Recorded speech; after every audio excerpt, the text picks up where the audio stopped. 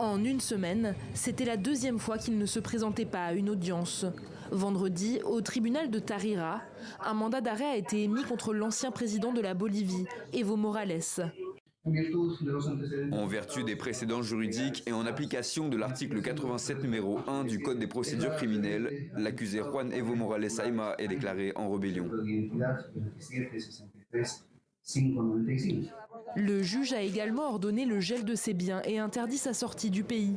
Les avocats d'Evo Morales avaient soumis un certificat médical pour justifier son absence, mais la procureure a estimé qu'il ne s'agissait pas d'un empêchement juridique valable.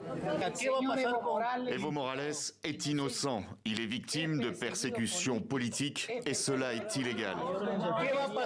Nous prendrons les mesures légales nécessaires pour obtenir sa liberté.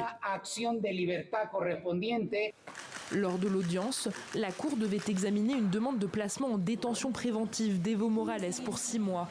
L'ancien chef d'État est accusé de traite de mineurs. Selon le parquet, il aurait eu en 2015 une relation sexuelle avec une enfant de 15 ans, donnant naissance à une fille. Un arrangement aurait été conclu avec les parents de la mineure en échange d'avantages. Mais Evo Morales nie en bloc et fait valoir qu'une enquête pour les mêmes faits a été classée sans suite en 2020. Cette justice agit comme au temps de l'Inquisition, sans preuve, mais avec des convictions subjectives.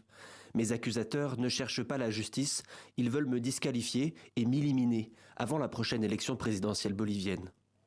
L'ancien président issu du parti Mouvement vers le socialisme souhaite revenir au pouvoir avec le soutien de milliers de partisans.